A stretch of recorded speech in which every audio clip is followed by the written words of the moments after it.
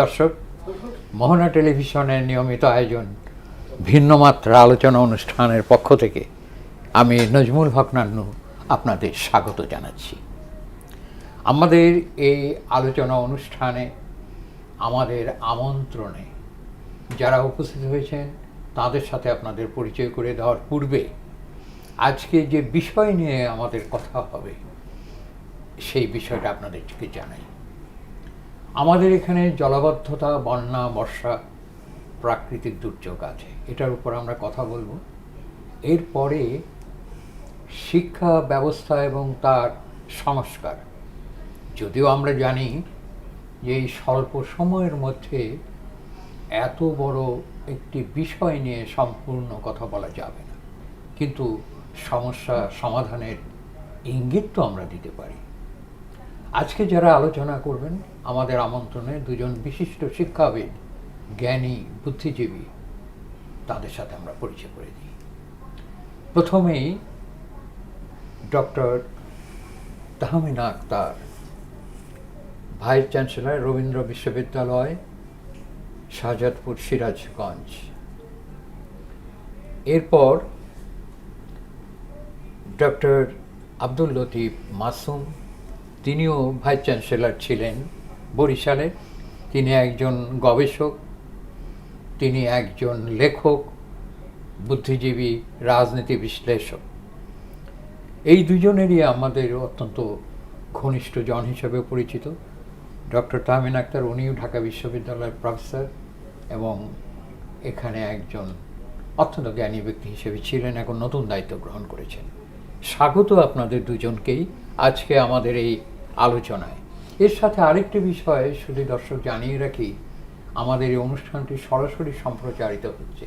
তাছাড়া ইউটিউব এবং ফেসবুকেও আপনারা সরাসরি দেখতে পাবেন। তাছাড়া আগামীকাল সকাল 6:50 পুনরায় এই অনুষ্ঠানটি প্রচার করা হবে মোহনা টেলিভিশনের নিজস্ব চ্যানেলে। তা আজকে আমাদের আলোচনা করবার আগে আরেকটি বিষয় আমরা বলে রাখি শুধু দর্শক, সেটি হলো যে আপনারা জানেন যে গতকাল ছিল 14 জুলাই, সেই বিখ্যাত ফরাসি বিপ্লবের দিন। সাম্যমৈত্রী স্বাধীনতার বাণী নিয়ে যে ফরাসি দেশে সামন্ততন্ত্রের পরাজয় হয়েছিল, এখানে নতুন করে একটি গণতান্ত্রিক শাসন ব্যবস্থার ভিত্তি প্রস্তর স্থাপিত হয়েছিল। অর্থাৎ ফরাসি বিপ্লব, ইংল্যান্ডের শিল্প বিপ্লব এবং জার্মানির দর্শন, এই তিনটি বিষয়ের উপর ভিত্তি করেই পরবর্তী সময়ে কার্ল মার্কস লিখেছিলেন, the history of all hitherto existing society is the history of class struggles. আজকের এই 14 জুলাই যেটা পার হয়ে গেল গতকাল, আমরা সেই জুলাইকে স্মরণ করি এবং অবশ্যই আমরা ধারণ করি আমাদের সমাজ উন্নত হোক, সেই ফরাসি বিপ্লবের আদর্শে লালিত হোক। শুধু দর্শক, এখন আলোচনা প্রথমেই বুদ্ধিজীবী, লেখক ও দার্শনিক ডক্টর আব্দুল লতিফ মাসুম, আপনি বিশ্লেষণ করে বলুন যে এই শিক্ষা ব্যবস্থা এবং তার সংস্কার। কিন্তু তার আগে একটু আপনাকে বলতে হবে যে এই যে দুর্দশা কবলিত মানুষ, বেঁচে থাকা বড়ই কঠিন। ছোট ছোট শিশুরা কেমন করে আছে, ঘরে সব কিছু ভেসে গেছে একই গ্রামে। এটা আমরা ছোটবেলা থেকে দেখেছি, আমাদের পূর্বপুরুষেরাও দেখেছেন।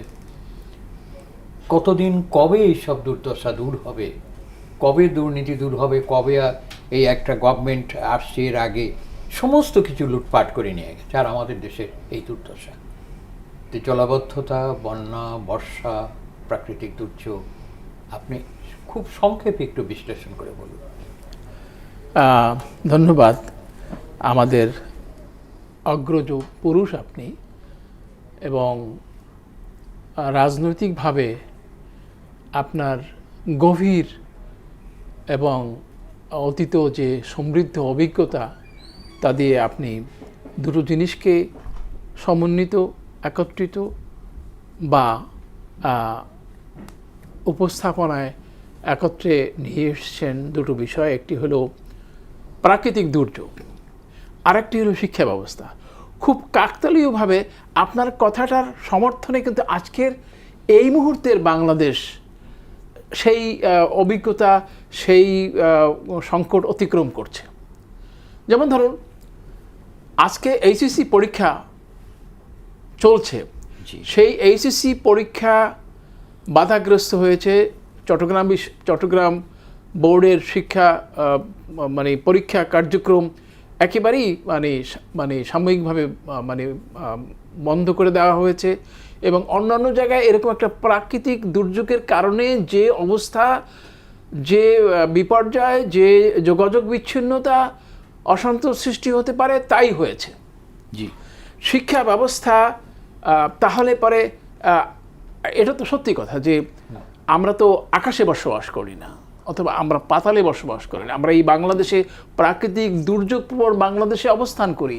এবং সেই কারণে আমাদের শিক্ষা ব্যবস্থা, আমাদের অর্থনীতি, আমাদের রাজনীতি সবকিছুই এই প্রাকৃতিক বিপর্যয়কে কেন্দ্র করে আবর্তিত বিবর্তিত হবে, এতে কোনো সন্দেহ নেই। এখন যে অবস্থাটি আমরা মোকাবেলা করছি সেটা হচ্ছে ছাত্ররা আন্দোলন করছে। ছাত্ররা আন্দোলন করছে,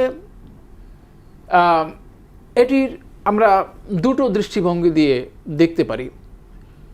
একটি হলো গভীর সমাজতাত্ত্বিক দৃষ্টিভঙ্গি দিয়ে, আরেকটি হলো শিক্ষা প্রশাসনিক দৃষ্টিভঙ্গি। এই দৃষ্টিভঙ্গি থেকে আমরা যদি দেখি তাহলে পরে আমরা অবশ্যই স্বীকার করব যে ফরাসি বিপ্লবের কথা আপনি উচ্চারণ করলেন প্রথম দিকে, আমাদের সেই জুলাই বিপ্লব, আমাদের সেই 2024 সালের যে উত্তরাধিকার, সেটি এখন পর্যন্ত আমাদেরকে তাড়িয়ে বেড়াচ্ছে, তার রেশ এখনও ফুরায়নি। আপনারা দেখেন এইচএসসি পরীক্ষার্থী যারা, তাদের সমস্যা থাকতে পারে, তাদের অসুবিধা থাকতে পারে, কিন্তু তারা যেভাবে অ্যাক্ট এবং রিয়াক্ট করেছে, গতকালকে সমগ্র ঢাকা স্তব্ধ হয়েছিল। আমি প্রেস ক্লাব থেকে উত্তরা যেতে মাত্র 5 ঘন্টা লেগেছে। তাহলে পরে আপনি বুঝতে পারেন সমস্ত ঢাকায় স্থবির হয়ে পড়েছে তাদের আন্দোলনের কারণে। এই যে রাস্তা বন্ধ করে দেওয়া, অবরোধ তৈরি করে দেওয়া, সেটি ওই বিপ্লবের উত্তরাধিকার। এর অর্থ অবশ্যই এই নয় যে আমরা একটা নেগেটিভ ফেনোমেনার মধ্য দিয়ে আমরা জুলাই বিপ্লবকে ব্যাখ্যা করছি। কথাটা হলো এই যে যখন প্লাবন আসে তখন প্লাবনের সাথে আবর্জনাও আসে। যে কোনো অভ্যুত্থান, আপনি ফরাসি বিপ্লবের কথা বললেন, ফরাসি বিপ্লবের পরবর্তী কার্যক্রম যেটা আমরা রেইন অফ টেররের মধ্যে দিয়ে দেখি, সেখানে এখনও আমি কষ্টের সাথে উল্লেখ করছি যে প্রফেসর ইউনূসের যে অন্তর্বর্তীকালীন সরকার, এটি যথার্থভাবে শিক্ষা ব্যবস্থা, শিক্ষা পরিবেশ তথা ছাত্রদেরকে ব্যাক টু ক্লাস, এই দর্শনটি, এই কার্যক্রমটি চালু করতে পারেন। এমনকি তিনি অসংখ্য শিক্ষা কমিশন করেছেন, ডজন কমিশন করেছেন, শিক্ষা কমিশন করেননি। তাদের বক্তব্যটা এটা একটি বিতর্কিত বিষয়, এটা পরবর্তী সরকারের জন্য জমা রেখেছেন। তো এই অবস্থাটা কিন্তু আমাদের রাজনীতি, আমাদের সমাজ, আমাদের শিক্ষা ব্যবস্থাকে ব্যাহত করে। এখন যে অবস্থাটা আপনি দেখছেন ওইটার উত্তরাধিকার, এবং অবশ্যই আমাদের এই জলবায়ু, আমাদের বৃষ্টি, আমাদের জলাবদ্ধতা এর সাথে সম্পর্কিত। এটি একটিকে ফেলে অপরটিকে আমরা এগোতে পারি না। আমি একটি প্রশ্ন আপনার কাছে রাখবো, দুজনকেই বলতে হবে উত্তরটা। সেই প্রশ্নটা আমি আপনার কাছে আবার আসবো। আমি মাঝখানে আমি এখন যাচ্ছি প্রফেসর ডক্টর তাহমিনা আক্তারের কাছে। সেটি হলো যে কিছুদিন আগে, আপনিও শুনবেন, আপনার কাছ থেকে এই প্রশ্নের উত্তর আমি অবশ্যই গ্রহণ করব। কিছুদিন আগে পাবনা শহরে একটি চাকরির জন্য একটা ইন্টারভিউ হয়েছিল। সেখানে চাকরিটা হলো অফিস সহকারী। সেখানে দেখা গেল যে তথ্য প্রযুক্তি অধিকাংশই যাদেরকে নেওয়া হয়েছে 18 জনের মধ্যে 17 জনই আপনার সেখানে ইঞ্জিনিয়ার, কেমিস্ট্রিতে অনার্স, মাস্টার্স করেছে, এইরকম ধরনের সব উচ্চ পর্যায়ে। তো সেটা একটা অবাক করা বিষয় হলো যে অফিস সহকারীর একটা চাকরির জন্য তারা এইভাবে এদেরকে বেছে নিয়েছেন। ডিসি বলেছেন যে অত্যন্ত নিরপেক্ষভাবে আমি একটা ইন্টারভিউ নিয়ে আমি এটা করেছি। তবে যারা এইচএসসি পাস চেয়েছিলেন এখানে, তো তারা বলছেন যে আমরা যারা লেখাপড়া করতে পারিনি এই চাকরি তো আমাদের জন্য। আর যারা ইঞ্জিনিয়ার সাহেবরা আছেন এবং যারা এমএসসি পাস এমএ পাস করে আছেন তারা তো অন্যত্র চলে যাবেন, এখানে তো থাকবে না। এবং মজার ব্যাপার হলো যে শুনেছি আমরা যে ওখানে ইন্টারমিডিয়েট পাস ওই অফিস সহকারীর একজন বস আছে, তখন ওই ইন্টারমিডিয়েট পাস না, সে এসএসসি পাস, তখন এসএসসি পাস ছিল। সে বলছে সে তো ওই ইঞ্জিনিয়াররা জয়েন করলে একজন ইঞ্জিনিয়ারকে বলে এই শোনো 1 কাপ চা বানিয়ে নিয়ে এসো। তো অনেকেই বললো যে এই জিনিসটা তো খুব মজার ব্যাপার দেখা যাচ্ছে। এসএসসি পাস ওর বস হয়েছে এবং ওই ইঞ্জিনিয়ারকে বলেছে যে তুমি 1 কাপ চা বানিয়ে নিয়ে এসো। তখন চা বানিয়ে নেয়, আবার শুনে যাও চায়ে কিন্তু চিনি দেবে না। জি স্যার বলে চলে গেছে। তবে সেটা একটু বেশ ভালোই হয়েছে। তো এই যদি তাহলে কি আপনাদের কাছে প্রশ্ন যে তাহলে শিক্ষা ব্যবস্থার কোনো গলদ আছে, নাকি আমাদের দেশের বেকার সমস্যা বেশি, কর্মসংস্থানের অভাব, নাকি আরও একটি বিষয়ের সাথে যোগ করে দিই, কোশ্চিন যেগুলো আছে প্রশ্নপত্র সেখানে ভুল থাকে কেন?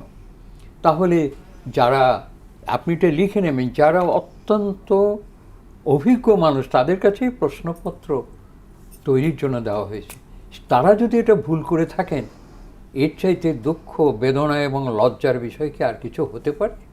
কখনোই হতে পারে না। তাহলে এই বিষয়গুলোকে তো আপনার ছোট করে দেখা যাবে না, বিশ্লেষণ দিন। ধন্যবাদ। আমি নাজমুল হক নান্নু ভাইকে জানাচ্ছি এবং যারা দর্শক শ্রোতা যারা আছেন তাদেরকেও ধন্যবাদ জানাচ্ছি। আমার সাথে সহ আলোচক যিনি প্রফেসর এবং এক্স ভাইস চ্যান্সেলর ছিলেন একটি বিশ্ববিদ্যালয়, তাকেও ধন্যবাদ জানাচ্ছি। দর্শকবৃন্দ, এবং আমরা যেমনটি বলেছিলেন নাজমুল ভাই, সত্যিকারে এটাই আছে। আমি প্রাকৃতিক দুর্যোগের কথা পরে বলছি, যেটা শিক্ষা সংস্কারের কথা বললেন সেটাই আমি আগে বলি, যে আমাদের 17 বছরের শিক্ষা ব্যবস্থা একটা দর্শন থাকবে, যেটা আপনি বললেন যে বিপ্লব হলো সাম্য, সমতা, মানবিকতা এবং আমাদের নলেজ বেস সোসাইটি গঠন করা। তাহলে আমার শিক্ষা ব্যবস্থার যদি একটা দেশের শিক্ষা ব্যবস্থার যদি দর্শন না থাকে, আমার রাষ্ট্র পরিচালনার ক্ষেত্রে আমার চাকরির ব্যবস্থা কি রয়েছে, আমার শিক্ষার হার কত আছে, আমি বিশ্ব বাজারে শিক্ষার চাহিদা কোন দিকে, শ্রমিক হিসাবে যারা যাচ্ছে তাদের ক্ষেত্রে কি, এই সমস্ত বিশ্লেষণ আমরা করিনি। যেটা আমার সহ আলোচক বললেন যে জিনিসটি খুবই গুরুত্বপূর্ণ ছিল, যে সংস্কারের জন্য যে বাচ্চারা আন্দোলন করলো, সঙ্গে সঙ্গে আমি যেহেতু জুলাই মাস, আমি শ্রদ্ধাভরে স্মরণ করছি যাদেরকে আমরা হারিয়েছি, তাদের রুহের মাগফিরাত কামনা করছি এবং যারা আমাদের মাঝে অসুস্থ হয়ে আছেন তাদের সুস্থতা কামনা করছি। সকলের প্রতি জুলাইয়ের শ্রদ্ধা আমি জ্ঞাপন করে আমি বলছি যে সংস্কারের জন্য আমার বাচ্চারা, আমার ছেলেরা, আমার আপনজন, আপনার পরিবারের ভাই, আমার ভাই, আমরা জীবন দিলাম, একটা সংস্কার চেলাম। সেই ক্ষেত্রে আমরা দেখেছি শিক্ষা ব্যবস্থাকে ঢেলে সাজানোর জন্য যা প্রয়োজন ছিল আমরা 2 বছর তা পাইনি। অর্থাৎ সব কমিটি গঠন করা হয়েছে, শিক্ষা সংস্কারের কোনো কমিটি করা হয়নি। কিন্তু আমাদের প্রফেসর ইউনূস সাহেব, তিনিও একটা শিক্ষিত এবং প্রফেসর হিসাবেই ছিলেন, তার কাছে আমার এটা বেশি আশা ছিল।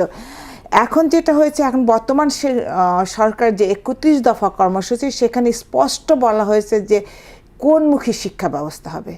সেখানে বলা হয়েছে কর্মমুখী শিক্ষা ব্যবস্থা, যা আমাদের আগের সরকারের ছিল না। কর্মমুখী শিক্ষা ব্যবস্থার ক্ষেত্রে কি বলেছে সরকার বলেছে মাধ্যমিক পর্যায়ে আমাদের টেকনিক্যাল এডুকেশন থাকতে হবে, যাতে মাধ্যমিক শিক্ষার পরে একজন ছাত্র যেন নিজে স্বকর্মসংস্থান, সেলফ এমপ্লয়েড, অর্থাৎ রাষ্ট্রের শুধুমাত্র কর্মসংস্থানের উপর না থেকে নিজেকে সে তৈরি করতে পারে। এবং আমাদের আন্তর্জাতিক পরিমণ্ডলে আমাদের শ্রমিকরা যায়, আমাদের শিক্ষিত আমাদের ছাত্ররা যায় আন্তর্জাতিক পরিমণ্ডলে, আমাদের তৃতীয় ভাষা যে কোনো একটা ভাষাকে আমরা গুরুত্ব দিচ্ছে বর্তমান সরকার, যাতে সে ভাষাগত যে সমস্যা সেটাও যাতে না হয়। তাছাড়া আমরা দেখছি যে মাদ্রাসা শিক্ষাকে আধুনিকীকরণের দিকে নিচ্ছে সরকার। এআই যুগে আমরা বসে ডিজিটালাইজেশন এবং এআই কন্টেন্ট এই সমস্ত শিক্ষা ব্যবস্থাকে সরকার কিন্তু গুরুত্ব দিচ্ছে, আমরা ইতিমধ্যে দেখতে পাচ্ছি। সাথে সাথে শিক্ষা ব্যবস্থার যে সিলেবাস পাঠ্যক্রম সেটা কিন্তু উদ্যোগ নেওয়া হয়েছে, সংস্কার করা হয়েছে, যে পাঠ্যক্রমে আগের যে পাঠ্যক্রমে যে আমি কি মেসেজ পাচ্ছি, এই শিক্ষার্থীকে আমি নিজেও পাঠ্যক্রমের সিলেবাসের এইবার সংযুক্ত হওয়ার সৌভাগ্য হয়েছে, এতদিন হয় না। সেক্ষেত্রে আমি দেখেছি যে শিক্ষা ব্যবস্থার ক্ষেত্রে একটা ছেলেমেয়ের ওখানে এত কন্টেন্টগুলো, ছবিগুলো, ছবির নিচে এটা কিসের ছবি, এবং আমাদের এত এত বিভিন্ন খাতে ব্যয় হয়, কিন্তু ছবিগুলো 4 কালারের না, সাদা কালো। একটা বাচ্চা কিন্তু যখন বই পায়, আমার মেয়েটিকে দেখেছি নতুন বই পড়তে চাই, কেন? ওই পেজগুলো যে নতুন একটা ঘ্রাণ, সেটা। তাই আমি এইবার সাজেশন দিয়েছি 80 গ্রামের জন্য কাগজ হয়, 4 কালারের জন্য ছবি হয়, এবং বাচ্চাদের যে জীবনমুখী, আনন্দমুখী, যেটা আমাদের প্রধানমন্ত্রীর কথা, যে আমরা যেন আনন্দমুখী শিক্ষা ব্যবস্থা চালু করি। আপনি তো নিশ্চয়ই প্রধানমন্ত্রী ঘোষণা করেছেন শিক্ষা সংস্কারের ক্ষেত্রে খেলাধুলা এবং সংস্কৃতিকে উনি সংযোজন করেছেন, আনন্দমুখী। এই ৫ম শ্রেণী ৪র্থ শ্রেণী এটা খুব ভালো, কারণ শিশু বয়সেই তো তাদেরকে সমস্ত কিছু মূল শিক্ষাটা দিতে হবে। এখন এখানে আমার একটা, যে আপনি একটি শব্দ উচ্চারণ করেছেন, আমি এইটা জানতে চাই দুজনের কাছেই। একটি গভীরতম একটি প্রশ্ন আছে যেটা সবসময় উপেক্ষিত থাকে অথবা কেউ আলোচনা করেন না। মাদ্রাসা শিক্ষা সম্পর্কে আমার জানার ইচ্ছা আছে। এই দেশে যে লক্ষ লক্ষ ছাত্র আছে মাদ্রাসা শিক্ষা করার অর্থই হলো ছোটোবেলায় দেখা গিয়েছে লুঙ্গি পরবে, টুপি পরবে, পাঞ্জাবি পরবে এবং লম্বা পাঞ্জাবি পরবে, এবং তারা মাদ্রাসায় গেলে দুলে দুলে তারা সেখান থেকে আরবি বা ধর্মীয় শিক্ষা এগুলো গ্রহণ করবে। এবং এরা সকলে বলবে যে মাদ্রাসা শিক্ষার অর্থই হলো যে এরা বাড়ি বাড়ি মিলাদ পড়াবে, আরবি শিক্ষা দেবে, ধর্মীয় কোরআন শিক্ষা দেবে। পবিত্র কোরআন শিক্ষা গ্রহণ করার জন্য আরবি শিখতে হবে, মাদ্রাসা গঠন করতে হবে। এই মাদ্রাসা এখন আরব দেশের সমস্ত যারা আছে, যারা বিলাস ব্যসনে মগ্ন, তারা কতটা ধর্মীয় কাজ করেন আমি সন্দেহ পোষণ করি, কিন্তু তারা কিন্তু বিভিন্ন মুসলিম দেশে তারা মাদ্রাসা, মসজিদ এসবের যে মক্তব, এসবের জন্য তারা টাকা দিয়ে থাকেন, শুনে থাকি তারা এইগুলো দেন। কিন্তু উৎপাদনমুখী বিজ্ঞানের জন্য, এআইয়ের জন্য এবং চিকিৎসা বিশ্ববিদ্যালয়ের জন্য কতটা টাকা এইসব মুসলিম কান্ট্রিগুলো, যারা তেলের উপরে যারা আজকে রাজত্ব করছেন, এবং এই কথাও সত্য যে অস্ত্র কিনছেন আমেরিকার কাছ থেকে, আশ্রয় দিয়েছেন তাদেরকে। সুতরাং ওই আলোচনার মধ্যে না যেয়ে বলতে পারি এই মাদ্রাসা শিক্ষার সংস্কার প্রয়োজন কিনা, এবং আধুনিক বিজ্ঞান ভিত্তিক শিক্ষার মধ্যে নিয়ে যেতে হবে মাদ্রাসা শিক্ষাকে, এবং কোরআন শিক্ষা গ্রহণ করবে মনোযোগ দিয়ে, ভালোভাবে কোরআনও পড়বে, আবার সেই কোরআনের অনুবাদ করে বাংলাটাও জানতে হবে। কোরআন পড়ছে তারা কিছু বুঝতে পারছে না, এটা এখনও রয়ে গেছে, এটাই খুব দুঃখজনক, বেদনাদায়ক। কোরআন শিখুক তারা, কিন্তু সাথে সাথে অনুবাদটাও যেন থাকে, এবং বিজ্ঞান শিখতে হবে, এআই শিখতে হবে। তা না হলে তাদের যখন চাকরি দেবেন তখন আপনার কি তারা কতটা পারবে বলুন? এটা প্রয়োজন। আমি আপনার নিশ্চয়ই জানেন ডক্টর শামশের আলী, প্রফেসর ডক্টর শামশের, তার আমি টেলিভিশনে বিটিভিতে আমি তার সাক্ষাৎকার এবং কয়েকটা অনুষ্ঠানে আমি করেছি। এই ভদ্রলোক আমি দেখেছি, এবং শুধু তাই নয়, দূরশিক্ষণ একটা উনি করতেন, সেটাও আমি কতগুলো আমি অংশগ্রহণ করেছি। তা আমি দেখতাম যে উনি ইসলামকে ব্যাখ্যা করতেন বিজ্ঞানের দৃষ্টি দিয়ে। উনি বলেন যে বিজ্ঞান প্রথম, তারপরে আমি ব্যাখ্যা করব। তো সুতরাং আজকে মাদ্রাসা শিক্ষা নিয়ে আপনার দুইজনই বলবেন, এটা আমার জানা দরকার শিক্ষা সংস্কারের জন্য। আর বন্যা, প্রাকৃতিক দুর্যোগ নিশ্চয়ই সরকার চেষ্টা করছে মানুষের এই প্রাকৃতিক দুর্যোগের সাথে, সেই তো আপনার প্রাগৈতিহাসিক সময় থেকেই তো প্রকৃতির আপনার বিপরীতমুখী অবস্থান মানুষ সংগ্রাম করে আজকে এই পর্যায়ে চলে এসেছে, তাই না? শিক্ষাকে আপনি ওইভাবে বলুন, আপনি যেটা বলছেন এটা ভালো, কিন্তু যারা শিক্ষা দেবেন তারা কি প্রকৃত শিক্ষিত, এটা নিয়েও তো প্রশ্ন আছে। এবং আপনারা দুজনই আপনারা জেনে রাখুন যে আমাদের সময়ে যে সমস্ত শিক্ষা প্রতিষ্ঠানগুলো ছিল, স্কুল, কলেজ, সেগুলো ছিল কাঁচ, কিন্তু শিক্ষকরা ছিলেন বাঁকা। আর এই যুগে শিক্ষা প্রতিষ্ঠানগুলো হয়েছে বিশাল পাকা। প্রশ্ন হলো যে শিক্ষকরা কি সকলেই কাঁচা? পাকা? নিশ্চয়ই কিছু না কিছু, অধিকাংশই কাঁচা যদি বলা হয় তাহলে উল্টো হয়ে গেল। কিন্তু আগে ছিল কাঁচা, শিক্ষকরা পাকা ছিলেন। এখন শিক্ষা প্রতিষ্ঠানগুলো পাকা হয়ে গেছে, শিক্ষকরা কাঁচা হয়ে গেছে। যদি কেউ বলে তাহলে আপনি কি বলবেন? তাই যদি না হবে তাহলে প্রশ্নপত্র ভুল হয় কেন, তাই না? সেটা আপনি বলুন।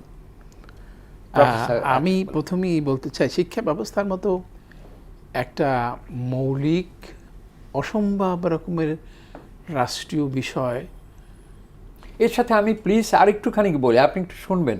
এটা খুব দুঃখজনক, বেদনাদায়ক। আমি জানি আপনারও জানার মধ্যে গত 17 বছরে শুধু পার্টির পরিচয়ে এই ঢাকা বিশ্ববিদ্যালয়ে আপনার শিক্ষক নিয়োগ করা হয়েছে এবং স্টাফ নিয়োগ করা হয়েছে।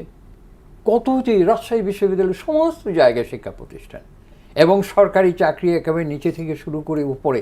এবং একথাও ঠিক যে অনেকগুলো আজকে উপজেলা ইউনিয়ন পর্যন্ত অনেকগুলো গিয়েছে না?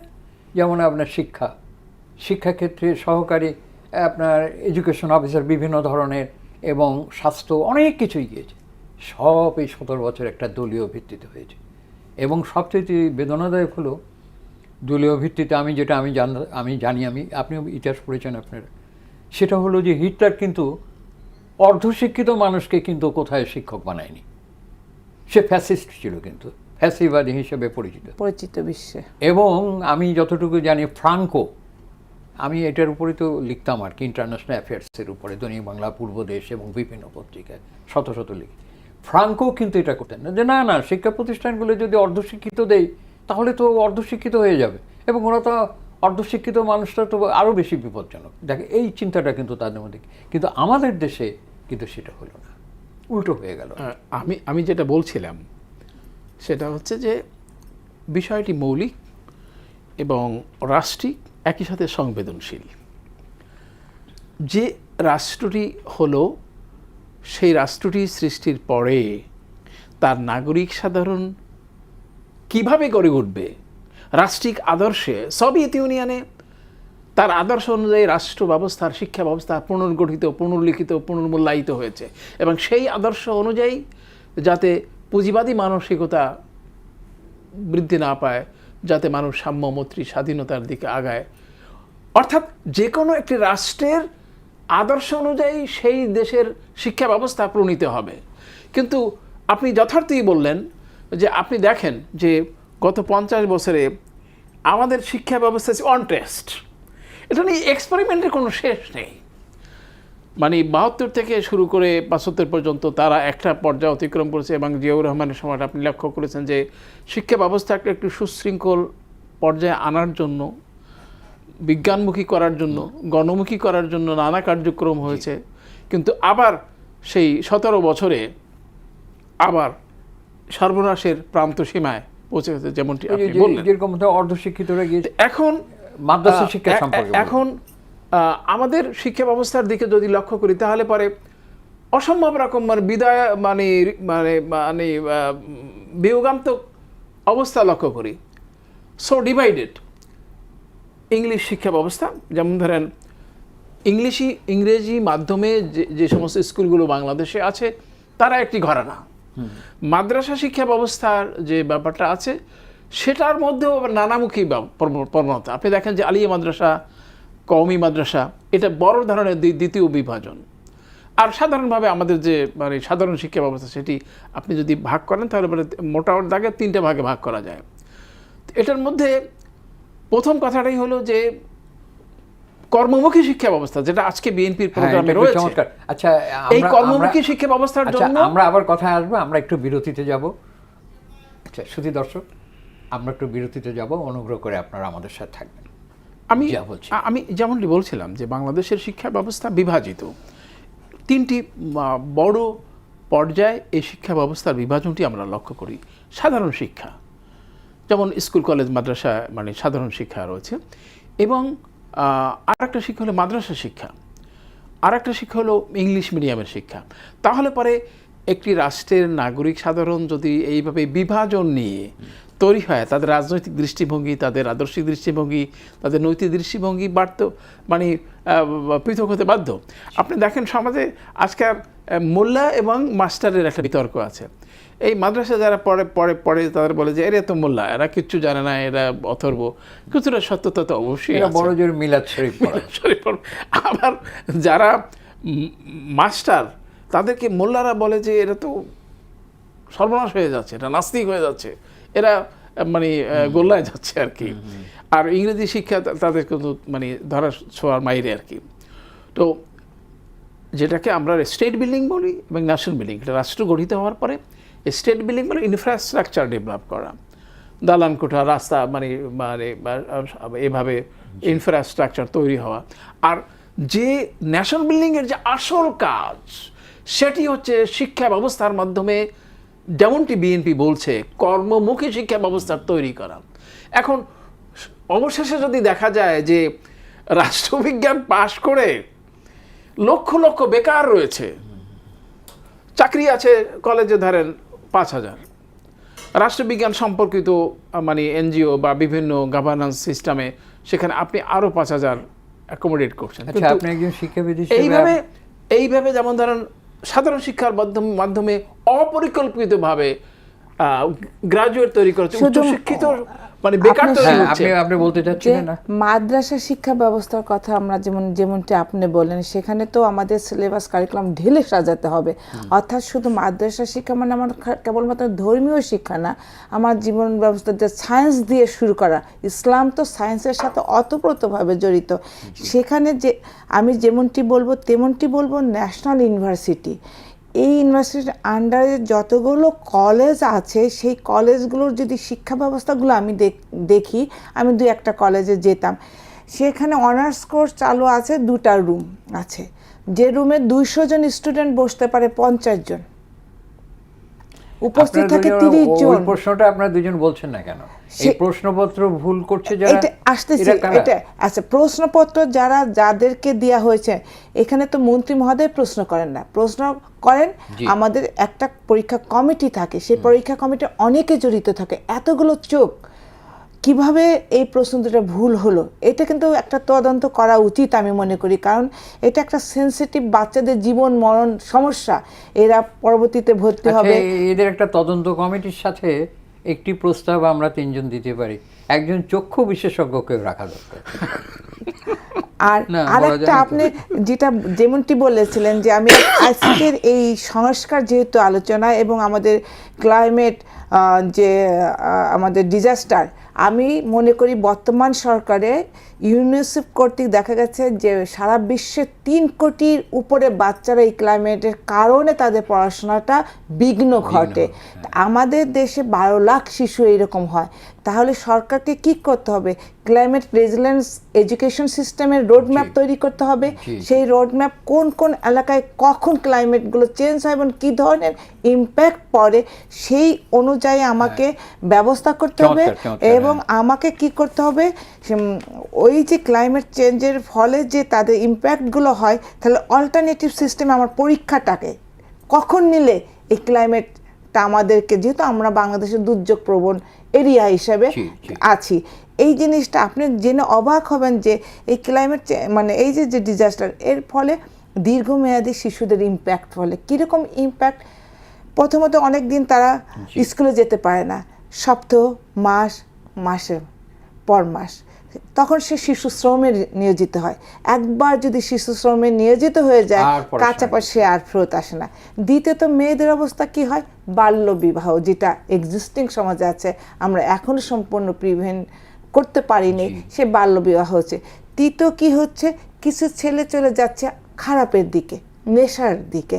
তাহলে আমাদের এই ছেলেমেয়েদের উদ্ভাবন শুধুমাত্র অনলাইনে পড়াশোনার ব্যবস্থা করলে হবে না, বিদ্যুৎ থাকে না দূর দূরান্ত এরিয়াতে অনেক সময়, তাহলে কি করতে হবে? আমার অল্টারনেটিভ উদ্ভাবন, এটা নিশ্চয়ই বর্তমান সরকার, আমি মনে করি যে ক্লাইমেট রেজিলিয়েন্স এডুকেশন সিস্টেমের রোড ম্যাপ গবেষণার ভিত্তিতে, এরিয়ার ভিত্তিতে আমাদেরকে এখনই সময় এটাকে অ্যাড্রেস করার। অবশ্যই ধন্যবাদ আপনাকে, একটা চমৎকার প্রস্তাব দিয়েছেন, চমৎকার একটি প্রস্তাব আপনি দিয়েছেন, এর জন্য ধন্যবাদ। হলো যে হ্যাঁ, যে আপনি কোনো বলুন। যেটা আমরা প্রথম থেকেই আপনি যেভাবে উল্লেখ জি। করছিলেন যে একটি রাষ্ট্র তো তার আবহাওয়া, তার জলবায়ু, তার প্রাকৃতিক অবস্থা দ্বারা নিয়ন্ত্রিত হয়। শিক্ষা ব্যবস্থার সাথে তার একটি ভারসাম্যপূর্ণ অবস্থান থাকতে হবে। যেমন ধরেন আজকে যে সংকটটি আমরা অতিক্রম করছি, বর্ষাকালটা পুরো বর্ষাকাল সবাই জানে নীল নবঘনে আষাঢ় গগনে তিলঠাই আর নাহিরে, সেই তিলঠাই নাই নাহিরে সেই জায়গাটায় কেন এসএসসি পরীক্ষার কর্মসূচি ঘোষণা করা হলো? এবং এবং বিশ্বকাপ তাই যেখানে যদি হয়, উত্তেজনা। তাই যদি হয় তাহলে পরে ম্যাডামের সাথে তো মানে ভিন্ন মত পোষণ করার কোনো জি। সুযোগ নেই। সেখানে এক একটা রিজিয়ন ভিত্তিক এক একটা ব্যবস্থা আপনাকে নিতে হবে। আপনি যদি উপকূলের ব্যবস্থার কথা ধরেন তাহলে সেখানে একটা অবস্থা, আর চিটাগাং রিজিয়ন, আচ্ছা, এরকম সেখানে ধরনের এই কি দেখলেন যে আপনি একটা সময় পাওয়া যায় প্রবল না? একটি বিশাল মানে যে বিশাল এরকম একটা কি বৃষ্টিপাতের সময় কারণে পাওয়া যায় না যে বিপর্যস্ত হলো। প্রাকৃতিক দুর্যোগের সম্ভাবনা কম, জি, জানুয়ারি একসাথে মাসে করা? ম্যাট্রিক পরীক্ষা হবে এসএসসি, মার্চ এপ্রিল মাসে আমার হয়ে যাবে এসএসসি। এটা তো আমাদের দুর্যোগ প্রবণ সারা বিশ্বে ম্যাপ আছে, কিন্তু কোন কোন এলাকায় কোন ধরনের দুর্যোগ ঘটে থাকে তার সাথে সঙ্গতি রেখে আমাদের কারিকুলাম সিলেবাস শেষ এগুলো করে করা একটা যেতে পরীক্ষা পারে। করা যেতে পারে। এটা ইজি, একটু ব্রেন আমাদের একটু খাটাতে এটা ঠিক হবে। আপনি বলছিলেন আচ্ছা, যে আপনি আমাদের ওই প্রশ্নের একটু বিশ্লেষণটা দিন, আমি জানতে চাই। মাদ্রাসা শিক্ষা যে কয় মিনিটই হোক না হ্যাঁ, কেন, যেটা আপনি বলছিলেন যে মাদ্রাসা শিক্ষা ব্যবস্থার একটা লক্ষ লক্ষ ছাত্র বা লক্ষ লক্ষ শিক্ষার্থী মাদ্রাসা থেকে বেরিয়ে আসে, এটাকে ব্রেইন ড্রেইন যাতে না হয়, মাদ্রাসা শিক্ষা আমাদের দরকার আছে, আমাদের নৈতিক শিক্ষার দরকার আছে, ধর্মীয় শিক্ষার দরকার আছে, এতে কোনো সঙ্গ নাই। কিন্তু সেই কথাটা মনে রাখতে হবে যে আপনি নৈতিক সমস্ত শিক্ষার শিক্ষা কথা ব্যবস্থার বলছেন, লক্ষ্য হবে কর্মমুখী নৈতিক শিক্ষা শিক্ষার ব্যবস্থা, কথা বলছেন, কিন্তু কর্মমুখী শিক্ষা ব্যবস্থা হতে হ্যাঁ, হবে। কর্মমুখী শিক্ষা, নৈতিক শিক্ষার কথা বলছেন, কিন্তু মাদ্রাসা শিক্ষার ওখান থেকে কিন্তু বহু ধরনের আপনার ছোট শিশুদের উপরে কিন্তু কতগুলো সাংঘাতিক নানা নিপীড়ন, ধরনের এই মানে সমস্ত সেই যে- মানসিকতাটাকে কিন্তু মানে সেই যে- এমন বিস্তৃত হয়েছে, মানে গ্রামের বহু জায়গায় হচ্ছে যেগুলো প্রকাশ হচ্ছে। যে রাতে 3টের সময় তাদেরকে উঠানো হয়, পানি দেওয়া হয়, বেত মারা হয়, তাদেরকে বসানো হয়, এটা কিন্তু আসলেই খুব এবং একটা ভয়াবহ এই যে অবস্থা। অভিযোগগুলো, কায়িক পরিশ্রম, সকালবেলা উঠে যেভাবে ঘর মোছায়, এটা ওটা অনেক কিছু। আবার মাদ্রাসাতে এখন টাকাও অনেক নেয়, যারা থাকে তাদের কাছ থেকে আমি শুনেছি যে 1000, 2000 বা কয়টা না, কত- 4000 এখন এই আছে। অবস্থাটা হয়ে 4000 যাচ্ছে। হয়। মাদ্রাসা তাহলে টাকাও নিচ্ছে, তারপর তাদের দিয়ে কাজও করাচ্ছে, রান্না বান্নাও করাচ্ছে। আমার এটাও কথা ঠিক হলো না। মাদ্রাসা শিক্ষাকে অবশ্যই আমাদের বিজ্ঞান ভিত্তিক আধুনিক শিক্ষার সাথে সামঞ্জস্য রেখে শিক্ষা ব্যবস্থাকে একদম পুরো সাজাতে হবে। মাদ্রাসা শিক্ষার যে বর্তমান আপনি আলাদা অনুষ্ঠান করেন, আয়োজন করেন, যে লুফলসগুলো রয়েছে এত বেশি, এই শিক্ষা ব্যবস্থাকে অনেক ঢেলে সাজাতে হবে। আমাদের ঢাকা বিশ্ববিদ্যালয় আমার অভিজ্ঞতা থেকে যেটা জানি, অনেক শিক্ষার্থী আমাদের অনেক ট্যালেন্ট আছে, তারা চান্সও পায়, নিজেকে আবার ডেভেলপও করতে পারে, তার মানে তারা পারে, আমরাই দিচ্ছি না। তা আমরা দিচ্ছি না, আমাদের যে শিক্ষকের কথা বললেন, আমি এটাও বলতে চাই যে যে নতুন সিলেবাস করা হচ্ছে, অভিভাবক জানছে না, আপনার ছাত্র জানছে না, শিক্ষক জানছে না। যখনই কোনো কারিকুলাম করা হয়, সঙ্গে সঙ্গে শিক্ষকদের প্রশিক্ষণ দিতে হবে, অভিভাবকদের সংযুক্ত করতে হবে, ছাত্রদের সংযুক্ত করতে হবে। আমরা কি করতে চাচ্ছি, এটা যদি খোলামেলা ডিবেট, আলোচনার ভিত্তিতে সমাজে যদি এটাকে অ্যাওয়ারনেস আনা যায়, তাহলে এই ছাত্রছাত্রীদের মধ্যে ভুল ধারণা থাকে না। অটো পাস, পরীক্ষা না দিয়ে পাস, অথবা এই যে সংখ্যা আধিক্য পাশের কারণে ওই ইঞ্জিনিয়ার ছেলেটা ওই